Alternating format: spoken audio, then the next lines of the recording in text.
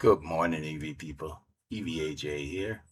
Um, over the Mother's Day weekend, I decided while we were in Orlando to visit the first V4 implementation of Tesla Superchargers in the Orlando area. One of the first in the country, as a matter of fact. So it was late night, took a drive over there. Have a little surprise guest in the video with me. So take a look and let's see what I found.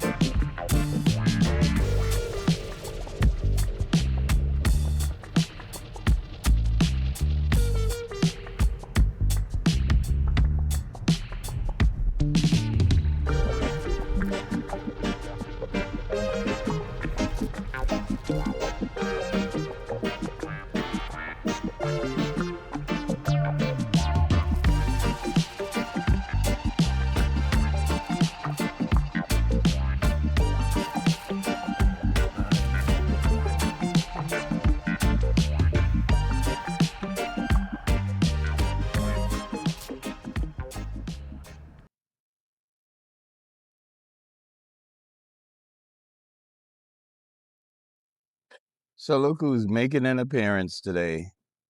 It's Singer. We're here outside of Orlando. We are at Tesla Supercharger. This is actually a V4 implementation here in the Orlando area. You can see this is a V4 implementation because notice it goes up to 1H. There's 8 chargers at this location. Very small area behind a restaurant. I'm not sure what the restaurant is.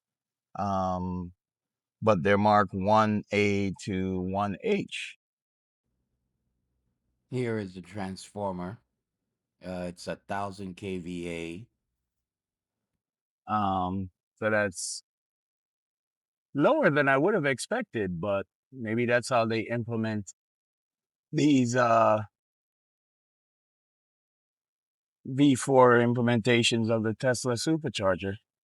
I'm gonna walk around the other side, take a look.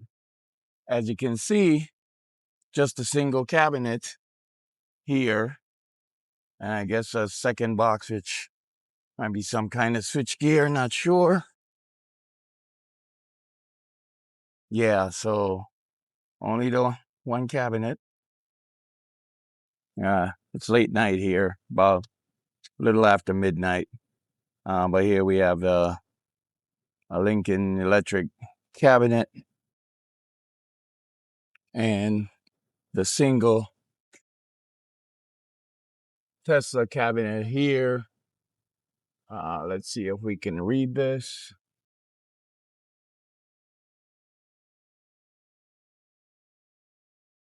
"615 amps, 1,000 volts."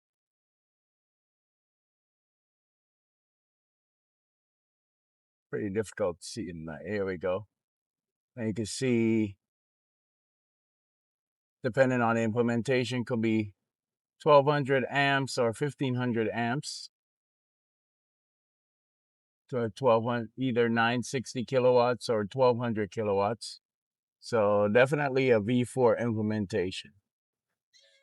So this location is situated behind a Red Robin restaurant. There's also a Cava and a Miller's Ale House a little further down, all within walking distance.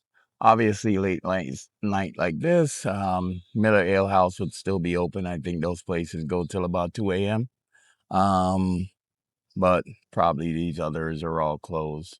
So not a lot of amenities as far as right here where the charges are, but there are many gas stations along this road. This is State Road 192 that runs through Central Florida down to down to through Kissimmee and basically one of the main roads that go through this entire Central Florida area. So here at the end, we have two offset chargers. One is marked last use um, only for handicap. But as you can see, we have these garbage cans here that are completely full. There's a couple of them, but need some services right away. They are completely full. Curious if this is a dog walking station over here or something else. Uh, Not sure. Oh, permits. I guess there were still some, I guess from this construction, maybe might have been recently completed. Um, we're almost done here, charging up to 80%. Um, yeah, so a V4 implementation here in the Central Florida area. So very interesting that we have this one put in here. Very busy. It's been running. Look at Singer sitting there in the car. The AC is on, so he's nice and cool. Yeah, it's been very busy. I mean, cars have been coming in and out. They do have variable price in here, which starts at midnight, drops from 59 cents a kilowatt hour, I think from 8 a.m. to midnight. And then from midnight to 8 a.m. again, it's only 29 cents a kilowatt hour. So I think a lot of the local folks here have are conditioned to come in here at midnight and get charging because it's been busier now than it was earlier, where in checking the app, it was telling me that usually 3, 4, sometimes 5 were available. Since I got here at midnight, there, or a little after midnight, there has never been more than 2 spots that was open for just a matter of minutes before other cars are pulled in. So I think the folks are making use of the variable pricing here. So we've hit our 80%, actually up to 81 now. So we're gonna be taking off. I'll see you guys at the next video. One love. So one thing I wanted to add, while I was there getting ready to wrap up, there were a couple of Tesla drivers who were complaining about the speed they were getting from the chargers. At the time, there were 8 cars there being charged. So obviously, when you have 100 kVA, a transformer, and you're only putting out 960 kilowatts, 8 cars, you're not going to get 250 kilowatts charging power. Obviously, it depends on the number of cars and the state of charge of those cars or how much they're going to pull.